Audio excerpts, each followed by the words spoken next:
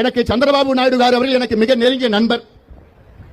Chandrababu Naidu car மட்டுமல்ல, இந்தியாவின் பிரதமர் மரியாதைக்குரிய திரு நரேந்திர மோடி அவர்களும் எனக்கு நெருங்கிய நண்பர். தமிழ்நாட்டிலே பாட்டாளி கட்சி தேசிய ஜனநாயக கூட்டணியிலே இந்த தேர்தலில் போட்டியிடுகிறது.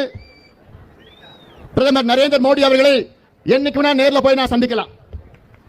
சந்திரபாபு நாயுடு கார் அவர்களை தொலைபேசியில் என்னைக்கு நான் பேசலாம், சந்திக்கலாம். வன்னிய குலத்திற்கு தனியாக உள் இடஒதுக்கீடு வழங்க வேண்டும் என்ற கோரிக்கை நான் சந்திரபாபு நாயுடு காரிடம் நான் முன்வைப்பேன். வைக்கலாமா? வைக்கலாமா? வேணுமா? அவ்வளவுதான். நான் வாங்கி தரேன் உங்களுக்கு. உங்களுக்கு மத்தியிலும் நம்ம ஆட்சி, மாநிலத்திலும் நம்ம ஆட்சி. அப்பதான் நமக்கு திட்டம் கிடைக்கும். இல்லனா இங்க பிரச்சனை வரும். என்ன பிரச்சனை? ஒரு உதாரணம் நான் சொல்றேன். தமிழ்நாட்டில் எடுத்துக்க, திமுகவும் மத்தியில் இருக்கின்ற பிஜேபி ஆட்சியும் அப்படியே சண்டை போட்டுக்கிறாங்க. சண்டை போடுறதுனால என்ன நடக்கு தெரியுமா? தமிழ்நாட்டில் திட்டங்களே மத்தியிலிருந்து வரது கிடையாது, நிதியும் கிடைக்கிறது கிடையாது. சந்திரபாபு நாயுடு மட்டுமில்லை, நானும் உங்களுக்கு உத்தரவாதம் அளிக்கின்றேன். இந்த தொகுதி, இந்த குப்பம் தொகுதி மட்டுமல்ல, இந்த பகுதியின் ஒரு வளர்ச்சி, நானும் அதில் இணைந்து உங்கள் பகுதிக்கு வளர்ச்சியை கொண்டு வர அதை நானும் என்னுடைய முயற்சியை நான் செய்வேன். நேற்று ஆந்திராவில் சித்தூர் மாவட்டத்தில் குப்பத்தில் தமிழர்கள் வாழ்கிற பகுதியில் போயிட்டு அன்புமணி ராமதாஸ் பிரச்சாரத்துக்கு போயிருந்தார். பாஜக கூட்டணி சந்திரபாபு நாயுடுவை ஆதரித்து தேர்தல் பிரச்சாரத்துக்கு போய் பேசியிருந்தார். எனக்கு பார்த்ததுனே ஷாக் ஆயிடுச்சு. அவ்வளோதான், போச்சு போ, இனிமே சீமானனோட கோவத்துக்கு இனிமேல் அன்புமணி ராமதாஸும் ஆளாக போகிறாரு. அவ்வளோதான். இனி நாம் தமிழர் கட்சியோட சேர்ந்த தம்பிகள்லாம் ஒரு குரூப் கிளம்ப போகுது. லேப் டெஸ்ட் வரிசையாக நின்று ஆளுக்கு ஒரு லேபில் நின்று டெஸ்ட் எடுக்க போகிறாங்க. அன்புமணி ராமதாஸ் தமிழரா தெலுங்கரா அப்படின்னு சொல்லிட்டு இனிமேல் தான் விவாதம் நடத்த போகிறாங்க. இதுக்கப்புறம் தான் அண்ணன் சீமானோட கோவத்தையே அன்புமணி ராமதாஸ் முழுசாக பார்க்க போகிறார். இவ்வளோ நாள் ஏதோ அவர் தமிழ்நாட்டுக்காரர்னு நினச்சி அன்புமணி ராமதாஸுக்கு வயசு குறைவாக இருந்தால் கூட அண்ணன் சீமான் சின்னையா சின்னையான்னு மரியாதை கொடுத்து பேசியிருந்தார். எப்படி அவர் ஆந்திராவுக்கு போய் பிரச்சாரம் பண்ணலாம், அதுவும் சந்திரபாபு நாயுடுக்காக பிரச்சாரம் பண்ணலாம், தெலுங்கர்களுக்காக எப்படி பிரச்சாரம் பண்ணலாம்? அவ்வளோதான், இனிதான் சீமானனோட கோபமே இருக்க போது, வெளிப்பட போகுது அப்படின்னு ஒரே பதட்டம் ஆயிடுச்சு, ஷாக் ஆயிடுச்சு எனக்கு. அதுக்கு தகுந்த மாதிரி தான் சோசியல் மீடியாவில் ஒரு சில தம்பிகள்லாம் லேப் டெஸ்ட்டும் எடுத்து, ஒருவேளை இவர் தெலுங்கரா இருப்பாரோ, இவர் தெலுங்கராவும் இருக்கக்கூடுமோ, அப்போ இவர் கண்டிப்பாக தெலுங்கர் தான் அப்படிங்கலாம் சோசியல் மீடியாவில் சிலரும் சில தம்பிகளும் பேசியிருந்தாங்க. ஆஹா, சனியை சடை போட ஆரம்பிச்சிருச்சு அப்படிங்கிற மாதிரி தம்பிகள் வேலையை ஆரம்பிச்சிட்டாங்க, லேப் டெஸ்ட் வேலையை அப்படின்னும் நமக்கு இருந்துச்சு. சீமானனை பற்றின விளையாட்டு செய்திகள் எல்லாம் தாண்டி கொஞ்சம் சில சீரியஸான விஷயங்களையும் நம்ம இதில் பேசலாம். என்னென்னா, அன்புமணி ராமதாஸ் அவர்கள் பங்கேற்ற அந்த மேடையில் ஜாதி சிம்பிளான தீச்சட்டி சிம்பிள் இருக்குது. எங்கே பார்த்தாலும் ஒரே மஞ்சள் யூனிஃபார்ம், மஞ்சள் கலராக, மஞ்சள் கலரு சிங்குச்சான் அப்படிங்கிற மாதிரி எங்கே பார் ஒரே மஞ்சள் கலராக இருக்குது. அப்புறம் தான் நமக்கு புரிஞ்சிச்சு, ஓ, இந்த காரணத்தோடு தான் அண்ணன் அன்புமணி ராமதாஸ் அங்கே வரவழைச்சிருக்காங்க. இந்த மஞ்சள் யூனிஃபார்ம் உள்ள மக்கள்கிட்ட பிரச்சாரம் பண்ணுறதுக்காக தான் இவர் அழைச்சிருக்காங்க போல அப்படின்னு சொல்லி நமக்கு தோணுச்சு. அந்த மேடையில் பேசின எல்லாரும், தமிழில் பேசினவங்களா இருக்கட்டும், தெலுங்கில் பேசினவங்களா இருக்கட்டும், எல்லாருமே வன்னிய குல சத்திரியர்கள் காரோ, சத்திரிய வம்சங்காரோ, சத்திரிய குலங்காரோ, வன்னிய குலங்காரோ அப்படி இப்படின்னு சொல்லிட்டு வெறும் ஜாதி பேரு குறித்து ஜாதியை வச்சு மட்டுமே அங்கே ஓட்டு கேட்டுக்கிட்டு இருந்தாங்க. ஏன் அப்படின்னா, கிட்டத்தட்ட அங்கே வன்னிய மக்களோட ஓட்டு அப்படிங்கிறது 70,000 ஓட்டு இருக்கான் குப்பம் பகுதியில். எல்லாரும் ஜாதியை சொல்லி ஓட்டு கேட்குறாங்க, ஜாதியை சொல்லி தான் அங்கே மேடையில் பேசுகிறாங்க. வன்னிய குலம் சத்திரிய குலம்னு சொல்கிறாங்க. அப்போ நம்ம அண்ணன் அன்புமணி ராமதாஸ் எப்படி பேச ஆரம்பிப்பார், இல்லை எப்படி பேசுவார்னு ஆவலாக எதிர்பார்த்துக்கிட்டு இருந்தேன். அண்ணன் நேக்கா ஐய பூசின மாதிரி இருக்கட்டும், பூசாத மாதிரி இருக்கட்டும், ஒரு நேக்கா இருக்கட்டும் அப்படிங்கிற மாதிரி அழகாக பேசியிருந்தார். என்னென்னா, அவர் சிம்பிளாக வன்னியகுல சத்திரியர்களே, வன்னியர்களே வாருங்கள் அப்படின்லாம் பேசல. என்னென்னு பேசிட்டாருன்னா, என் அக்கா தங்கச்சிகளே, நம்மெல்லாம் ரத்த சொந்தம், நம்மெல்லாம் சொந்தக்காரங்க அப்படின்னு பேசிட்டார். நான் கூட ஒருவேளை நம்மளாம் சொந்தக்காரங்க அப்படின்னதுன்னே, நம்மளாம் தமிழர்கள் அதனால சொந்தக்காரங்க, நம்மளாம் ஒன்றுக்குள்ள ஒன்று அப்படின்ற மீனிங்கில் பேசியிருப்பாரோன்னு நினச்சேன். ஆனால் அவர் அப்படிங்கிற மீனிங்கில் பேசலை. அவர் நம்மளாம் சொந்தக்காரங்க, நம்மளாம் ரத்த உறவுகள் அப்படின்னு சொன்னதுக்கான காரணம் அங்கே அந்த மற்றவங்க மேடையில் பேசினா அந்த வன்னிய குலம் தான், அந்த சத்திரிய குலம் தான். அதுதான் இவர் இந்த மாதிரியான டோனில் ஈயம் பூசின மாதிரியும் இருக்கணும், பூசாத மாதிரியும் இருக்கணும் அப்படிங்கிற மாதிரி நம்மளாம் ரத்த உறவுகள் அப்படின்னு சொல்லிட்டு பேச ஆரம்பித்தார். தமிழ்நாட்டில் மேடைகளில் பேசுகிற மாதிரி 1 மணி நேரம் 1.5 மணி நேரம்லாம் பேசலை. ஒரு 20 நிமிஷம் 25 நிமிஷம் தான் பேசியிருந்தார். அதுலேயும் என்ன பேசியிருந்தார் அப்படின்னா, உங்களுக்கு என்ன பிரச்சனைனாலும் என்ன வேணும்னாலும் எனக்கு மோடி நல்ல நண்பர், எப்போ வேணால் நான் அவரை சந்திப்பேன். அதே போல் தான் சந்திரபாபு நாயுடு காரும் அவரும் எனக்கு நல்ல நண்பர். எப்போ வேணால் அவருக்கு நான் ஃபோன் பண்ணி பேசுவேன், எப்போ வேணால் அவரை மீட் பண்ணுவேன், சந்திப்பேன். அதனால் உங்களுக்கு என்ன பிரச்சனைனாலும் நீங்கள் எங்கிட்டே கூட சொல்லலாம், நான் உங்களுக்கு கேட்டு வாங்கி பெற்றுத்தரேன். அதுவும் முக்கியமாக இப்போ நீங்கள் சந்திரபாபு நாயுடுவை ஜெயிக்க வச்சிங்கன்னா வன்னியர்களுக்கான உள்ளிடஒதுக்கீடை கண்டிப்பாக நான் இங்கே உறுதி பண்ணுவேன் அப்படின்னு சொல்லிட்டு தமிழ்நாட்டில் பண்ண அதே உருட்டை அங்கே ஆந்திராவிலையும் குப்பத்திலையும் பண்ணியிருக்காரு. நமக்கு என்ன கேள்வின்னா, அரசியலில் யாருமே இதுவரைக்கும் இந்த மாதிரி ஒரு வாக்குறுதியெல்லாம் கொடுத்ததே இல்லை. நாங்கள் ஆட்சிக்கு வருவோம், ஆட்சிக்கு வந்தால் உங்களுக்கு இந்த மாதிரியான கோரிக்கைகள்லாம் நிறைவேற்றுவோம், இந்த வாக்குறுதியெல்லாம் செயல்படுத்துவோம் அப்படின்னு வேணால் வாக்குறுதி கொடுக்குறாங்க. எனக்கு இவர் ஃப்ரெண்டு, எனக்கு அவரை தெரியும், எனக்கு இவரை தெரியும், ரொம்ப நல்லா பழக்கம், நாங்கள் க்ளோஸ் ஃப்ரெண்டு, திக்கான ஃப்ரெண்டு, நாங்கள் 2 பேரும் பார்த்தா கட்டி பிடிச்சிப்போம், இப்படியெல்லாம் சொல்லி ஒரு வாக்கு கேட்கறது, வாக்குறுதி தர்றது அப்படிங்கிறது முறையாக அன்புமணி ராமதாஸ் தான் இந்த தேர்தலில் தான் அதை அந்த மாதிரியான பேச்சுக்களை பேசிக்கிட்டு இருக்காரு. தமிழ்நாட்டிலையும் கூட எனக்கு மோடி ஃப்ரெண்டு, ஐயாவுக்கு ரொம்ப ஃப்ரெண்டு, ஐயா மேலே மோடி ரொம்ப மரியாதை வச்சிருக்காப்புல அப்படின்லாம் தான் பேசி ஓட்டு கேட்டுட்டு இருந்தார். உங்களுக்கு மோடி நல்ல ஃப்ரெண்டாகவே இருக்கட்டும், பிரதமர் மோடி நல்ல ஃப்ரெண்டாகவே இருக்கட்டும், அப்படி ஃப்ரெண்டாக இருக்கிற ஒருத்தர்கிட்ட இந்த 10 வருஷத்தில் நீங்கள் ஏன் நலத்திட்டங்களை கேட்டு பெறலை? தமிழ்நாட்டை உதாரணத்துக்கு எடுத்துக்கிட்டால் திமுகவுக்கும் பிஜேபிக்கும் சண்டைனே வச்சுக்கோம்பா.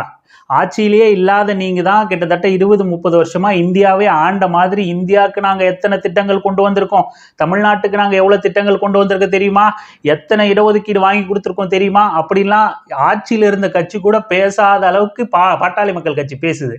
அப்படி இருக்கும் பட்சத்தில் உங்களுக்கு நெருங்கிய நண்பரான மோடி கிட்ட இருந்து, பிரதமர் மோடி கிட்ட இருந்து 10 வருஷத்துல நீங்க தமிழ்நாட்டுக்காக பெற்று தந்த திட்டங்கள் என்ன திட்டங்கள் இருக்கு? இதே ஆந்திராவில் சித்தூர்ல அந்த குப்பத்து மக்களுக்காக, உங்க ரத்த உறவுகளுக்காக 10 வருஷமா மோடிங்கிற உங்க நண்பர்கிட்ட இருந்து, பிரதமர் கிட்ட இருந்து நீங்க அந்த மக்களுக்காக கேட்டு பெற்ற திட்டங்கள் என்ன? தமிழ்நாட்டை உதாரணமா சொல்றாருங்க. ஆந்திராவில் குப்பத்தில் நீங்கள் சந்திரபாபு நாயுடுக்கு ஓட்டு போட்டால் தான் தமிழ்நாட்டில் நடக்கிற மாதிரியான பிரச்சனைகள் இங்கே நடக்காது. என்ன பிரச்சனை, என்னடா இது புது உருட்டா இருக்கே அப்படின்னு நம்ம கவனிச்சா என்ன சொல்ல வர்றாருன்னா, தமிழ்நாட்டில் திமுக ஆட்சியில் இருக்குது, திமுகவும் பிஜேபியும் எந்நேரம் சண்டை போட்டுக்கிறாங்க. ஒரு திட்டங்களும் ஒன்றிய அரசு கிட்ட இருந்து, பிஜேபி கிட்ட இருந்து தமிழ்நாட்டுக்கு கிடைக்கல, எந்த நிவாரண நிதியும் தமிழ்நாட்டுக்கு கிடைக்கல அப்படின்னு சொல்லிட்டு அந்த மாதிரியான பிரச்சனை வரக்கூடாதுன்னா நம்ம சந்திரபாபு நாயுடுக்கு ஓட்டு போடணும் அப்படிங்கிறார். ஆனால் உண்மையிலேயே நீங்கள் என்னவா சொல்லணும் அந்த மக்கள்கிட்ட, இல்லை என்னவா இந்த அரசியல் இருக்கணும் அப்படின்னா, திமுக பிஜேபி கூட சண்டை போடுறாங்கன்னே வச்சுப்போம், எந்த நிதியும் நமக்கு கிடைக்கிறதுல தான். இப்போ வெள்ள நிவாரண நிதி கூட கேட்டோம், 38,000 கோடி கேட்டதுக்கு வெறும் 275 கோடி தந்தாங்க. கர்நாடகாவுக்கு 3000 கோடிக்கும் அதிகமாக கொடுத்தாங்க. ஏன்னா அங்கே தேர்தல் போய்கிட்டு இருந்தது அப்படிங்கிறதுனால, நமக்கு தேர்தல் முடிஞ்சதுன்றதுனால அப்படின்னு சொல்லிட்டு 275 கோடி, எத்தனை 38,000 கோடி கேட்டதுக்கு. நிதி வாங்குறதுல பல சிக்கல் இருக்கு, பலவாறு போராட்டங்களை தமிழ்நாட்டு மக்கள் தொடர்ந்து பிஜேபியை எதிர்த்து போராடிக்கிட்டு தான் இருக்காங்க. ஆனால் ஒரு அரசுங்கிறது எப்படி இருக்கணும், ஓட்டு போட்டவங்களுக்கு ஒரு மாதிரியும் ஓட்டு போடாதவங்களுக்கு ஒரு மாதிரியுமா இருக்கணும். இப்போ நாங்கள் தமிழ்நாடு மோடிக்கு ஓட்டு போடல, இருந்தாலும் எங்களுக்கு மோடி பிரதமர் இல்லைன்னு ஆயிடுமா? நாங்கள் இந்திய ஒன்றியத்துக்குள்ளே தான் நம்ம இருக்கோம். அப்படி இருக்கும்போது பிரதமர் மோடி தான், நரேந்திர மோடி தான் தமிழ்நாட்டுக்கும் பிரதம மந்திரியாக இருக்கார். அப்போது ஓட்டு போட்டவங்களுக்கு மட்டும் இல்லை, ஓட்டு போடாத மக்களுக்கும் செய்கிறது தானே அந்த பதவியோட, அந்த பொறுப்போட கடமை என்ன? இந்திய நாட்டு மக்கள் அனைவருக்கும் அனைத்து திட்டங்களையும் கொண்டு போய் சேர்க்கறது, அனைவரையும் சமமாக பாவித்து எல்லா திட்டங்களையும் நிறைவேற்றுறது தானே. அப்போ பாரபட்சமாக தனக்கு ஓட்டு போட்ட ஒரு மாநிலத்துக்கு ஒரு மாதிரியும் ஓட்டு போடாத மாநிலத்துக்கு ஒரு மாதிரியும் நடந்துக்கிறாருன்னா யாரோட தப்பு அது? யார் சரியா நடந்துக்கல, யார் சட்டத்துக்கு உட்பட்டு நடக்கல, யார் மக்களுக்கான ஆட்சியை நடத்தல? பிரதமர் மோடி தானே. இப்படி ஒரு பக்குவம் இல்லாத ஒரு நபரை, பக்குவம் இல்லாத ஒரு கட்சிக்கு ஓட்டு கேட்கறதுங்கிறதே முதல்ல தவறான விஷயம். நீங்க எப்படி இப்படி ஒரு எடுத்துக்காட்டை சொல்லி நீங்க சந்திரபாபு நாயுடுக்கோ இல்லை பிரதமர் மோடிக்கோ நீங்க ஓட்டு கேட்க முடியும்?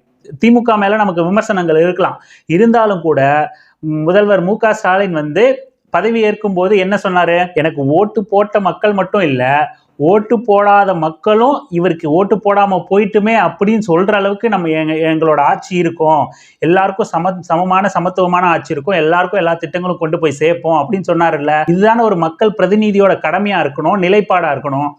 இவங்க எனக்கு ஓட்டு போட்டாங்கப்பா, அதனால இவங்களுக்கு நான் செய்வேன், இவங்க ஓட்டு போடலப்பா அதனால செய்ய மாட்டேன் அப்படின்னா அவர் எப்படி மக்கள் பிரதிநிதியாக இருக்க முடியும்? அரசியலமைப்பு சட்டத்துக்கு உட்பட்டு நடக்கிறவராக இருக்க முடியும்? அவர் எப்படி ஒரு நேர்மையான நியாயமான நபராக இருக்க முடியும்? அப்படி நேர்மையும் நியாயமும் மக்கள் பிரதிநிதியாக இருக்க தகுதியற்ற ஒரு நபருக்கு எப்படி நீங்கள் ஓட்டு கேட்க முடியும்? எங்களுக்கு நாங்கள் ஓட்டு போடல, தமிழ்நாட்டு மக்கள் நாங்கள் ஓட்டு போடல, எங்களுக்கு நிவாரண நிதி தரமாட்டேங்கிறாரு, எங்ககிட்ட இருந்து வரி வாங்காமல் விட்டுருவாரா? தமிழ்நாட்டு மக்கள் ஓட்டு போடலப்பா அதனால பிரதமர் மோடி தமிழ்நாட்டுக்கு பிரதமர் இல்லைப்பான்னு சொல்ல முடியுமா? இல்லை தமிழ்நாட்டு மக்களோட வரி பணத்தை ஒன்றிய அரசு பிரதமர் மோடி வாங்காமல் இருப்பாரா? ஒவ்வொரு பொருள்ல இருந்தும் ஜிஎஸ்டி கொண்டு வந்து 12%, 18%, 28% கொள்ளையடிச்சுக்கிட்டு இருக்கீங்களா? அரிசிக்கு 5% போடுறான், கடலை மிட்டாய்க்கு 18%, பெண்கள் உபயோகிக்கிற நாப்கினுக்கும் அதனோட மூலப்பொருட்களுக்கு ஜிஎஸ்டி வரி விதிக்கிறான், கடுகுக்கு ஜிஎஸ்டி விதி, இப்படி எல்லாத்துக்கும் வரி விதிச்சு வரியை சுரண்டி கொண்டுட்டு போயிட்டு உங்களுக்குன்னு எங்க இருக்கு? ஒன்றிய அரசுக்குன்னு என்ன வருமான ஆதாரம் இருக்கு? எங்ககிட்ட இருந்து கொள்ளையடிக்கிறத திருப்பி தாங்க, நாங்க நியாயப்படி சட்டப்படி கேட்கிற விஷயத்த மறுக்கிற அயோக்கியத்தனமான ஆட்சி. ஒரே கட்சி ஆண்டாலும் வேறு கட்சி ஆண்டாலும் சட்டத்துக்கு உட்பட்டு நடந்துக்கிறதான நியாயமான விஷயம். தொடர்ந்து பேசுகிற அன்புமணி ராமதாஸ், நீங்கள் சந்திரபாபு நாயுடுக்கு ஓட்டு போட்டிங்கன்னா உங்களுக்கு மாதம் மகளிர் உரிமை தொகை தமிழ்நாட்டில் கொடுக்குற மாதிரி மாதம் பெண்களுக்கு 1500 ரூபாய் கிடைக்கும். அது மட்டும் இல்லாமல் வேலையில்லா பட்டதாரிகளுக்கு 4000 ரூபாய் கிடைக்கும். அதுக்கப்புறம் மகளிர் சுய உதவிக்குழுக்களுக்கு கடன் வழங்குறது, அந்த மாதிரி பல திட்டங்களை சொன்னார்.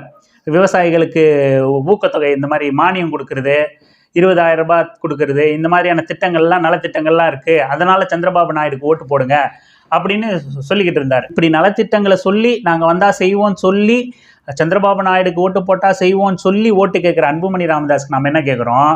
இதே நலத்திட்டங்கள் குறித்து தமிழ்நாட்டில் நீங்கள் என்ன பேசுனீங்க? முதலமைச்சர் மு.க. ஸ்டாலின் வந்து நாங்கள் இத்தனை சாதனைகளை செஞ்சுருக்கோம், இத்தனை திட்டங்களை கொண்டு வந்திருக்கோம்னு பட்டியலிடுறாரு. என்னன்னு கவனிச்சா மகளிர் உரிமை தொகைன்றார், என்னன்னு கவனிச்சா வெள்ள நிவாரண தொகை அப்படிங்கிறாரு. இதெல்லாம் நலத்திட்டமா? இதெல்லாம் தான் திட்டமா அப்படின்னு சொல்லி நீங்கள் கேட்டிங்களா இல்லையா? இங்கே 6000 ரூபாய் கொடுத்தா அவங்க வாழ்க்கை முன்னேறிடுமா?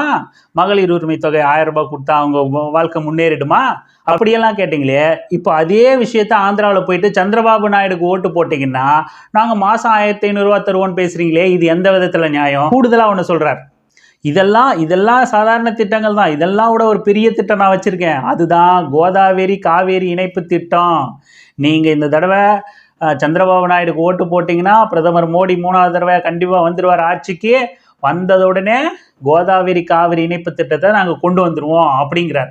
அப்போ 10 வருஷமாக நீங்களும் பிரதமர் மோடியும் என்ன பண்ணிட்டு இருந்தீங்க அப்படின்னு தானே நமக்கு கேட்க தோணுது. நீங்கள் ஃப்ரெண்டு பிரதமர் மோடி கட்டி பிடிச்சிப்பீங்க, ஃபோனில் பேசிப்பீங்க, எப்போ வேணால் நேரில் சந்திச்சுப்பீங்க.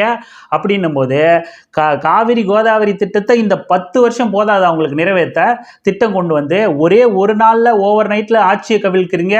ஓவர் நைட்டில் டிவியில் வந்து 2000 ரூபாய் 500 1000 செல்லாதுங்கிறீங்க, திடீர்னு 2000 ரூபாய் நோட்டை கொண்டு வரீங்க.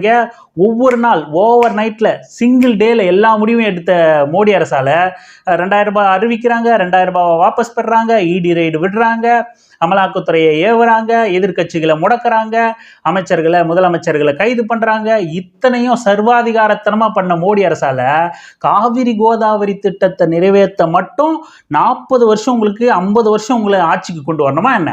கேட்டா தமிழ்நாடு இருக்கு, கர்நாடகா இருக்கு, ஆந்திரா இருக்கு, மகாராஷ்டிரா இருக்கு, பல மாநிலங்கள் இருக்கு, அதனால கொஞ்சம் பிரச்சனை இருக்குன்னு சொல்றாரு மோடிஜி அப்படிங்கிறார். அப்போ இத்தனை மாநிலங்கள்ல உங்களால எம்எல்ஏக்களை விலைக்கு வாங்க முடியுது, எம்பிக்களை விலைக்கு வாங்க முடியுது, ஆட்சியை கவிழ்க்க முடியுது, கட்சிகளை உடைக்க முடியுது, இவ்வளோத்தையும் சர்வாதிகாரத்தனமாக பண்ண முடியுது. இத்தனை பண்ண உங்களால் அந்த மாநிலங்களோட பேசி உங்களுக்கு நதிநீர் இணைப்பு திட்டத்தை கொண்டு வர முடியாதா? தமிழ்நாடு நதிநீர் இணைப்பு திட்டத்தை எதிர்க்குமா? ஆப்வியஸாக இல்லை. கர்நாடகாவில் 1 வருஷத்துக்கு முன்னாடி வரைக்கும் உங்கள் ஆட்சி தான், பிஜேபி ஆட்சி தான் இருந்துச்சு. தெலுங்கானா கண்டிப்பாக, ஆந்திராவோ தெலுங்கானாவோ எதிர்க்க போகிறதில்ல. மகாராஷ்டிராவில் நீங்கள் கட்சியை உடைச்சி அரசியலை சுக்குநூறாக பண்ணிக்கிட்டு இருக்கீங்க. எல்லாமே உங்கள் கட்டுப்பாட்டில் தான் இருந்துச்சு. பெரும்பான்மை பலத்தோடு இருந்த பாஜக 10 வருஷத்தில் பண்ண முடியாததை, 10 வருஷத்தில் கிழிக்க முடியாததை இன்னொரு 5 வருஷம் அவங்களுக்கு ஆட்சி கொடுத்ததுன்னே அவங்க கிழிச்சு தள்ளிடுவாங்க, அறுத்து தள்ளிடுவாங்க அப்படின்னு நாங்கள் நம்பணும். மொத்தத்தில் இந்த மாதிரி விஷயங்கள்லாம் பார்க்கும்போது மேலும் மேலும் நாம் தமிழ்நாட்டில் இருக்கோம், தமிழ்நாடு அப்படின்னு சொல்லும்போது நம்ம பெருமை கொள்கிற விஷயமா தான் இருக்குது. ஏன்னா தந்தை பெரியார் மூலமாக தமிழ்நாடு எவ்வளோ பண்பட்டு கிடக்கு அப்படிங்கிறதுக்கு இதுவும் ஒரு காரணம். இங்கிருந்து போகிறவங்க கூட தமிழ்நாட்டை விட்டு வெளியே போய் தான் ஜாதி அரசியல் பேச முடியுமே தவிர தமிழ்நாட்டுக்குள்ளே இருந்து ஜாதி அரசியல் பண்ண முடியாது அப்படிங்கிறதே இது தந்தை பெரியாரோட மிகப்பெரிய வெற்றி தான். ஜாதி ஒளிஞ்சிருச்சான்னா இதெல்லாம் தான் ஜாதி ஒளிஞ்சதுக்கான காரணம். அங்கே சந்திரபாபு நாயுடுவா இருக்கிறவருக்கு இங்கிருந்து வெறும் அன்புமணி ராமதாஸா போய் ஓட்டு கேட்குறாரு பார்த்தீங்களா, ஜாதி பேர் பின்னாடி இல்லாமல். அதுதான் தந்தை பெரியார் பண்ணது. அதனால் நம்ம கண்டிப்பாக பெருமை கொள்ளணும். தமிழ்நாடு இன்னும் அடைய வேண்டிய விஷயங்கள் நிறையா இருந்தாலும் மற்ற மாநிலங்களை காட்டிலும் தமிழ்நாடு முன்னேறி இருக்கிறதுக்கு மூல காரணமாக தந்தை பெரியாரும் திராவிட இயக்கங்களும் இருக்குது அப்படிங்கிறத நம்ம என்ன ஆனாலும் மறுக்க முடியாத ஒன்றா தான் இருக்குது. இன்னொரு வீடியோவில் சந்திக்கலாம். நன்றி, வணக்கம்.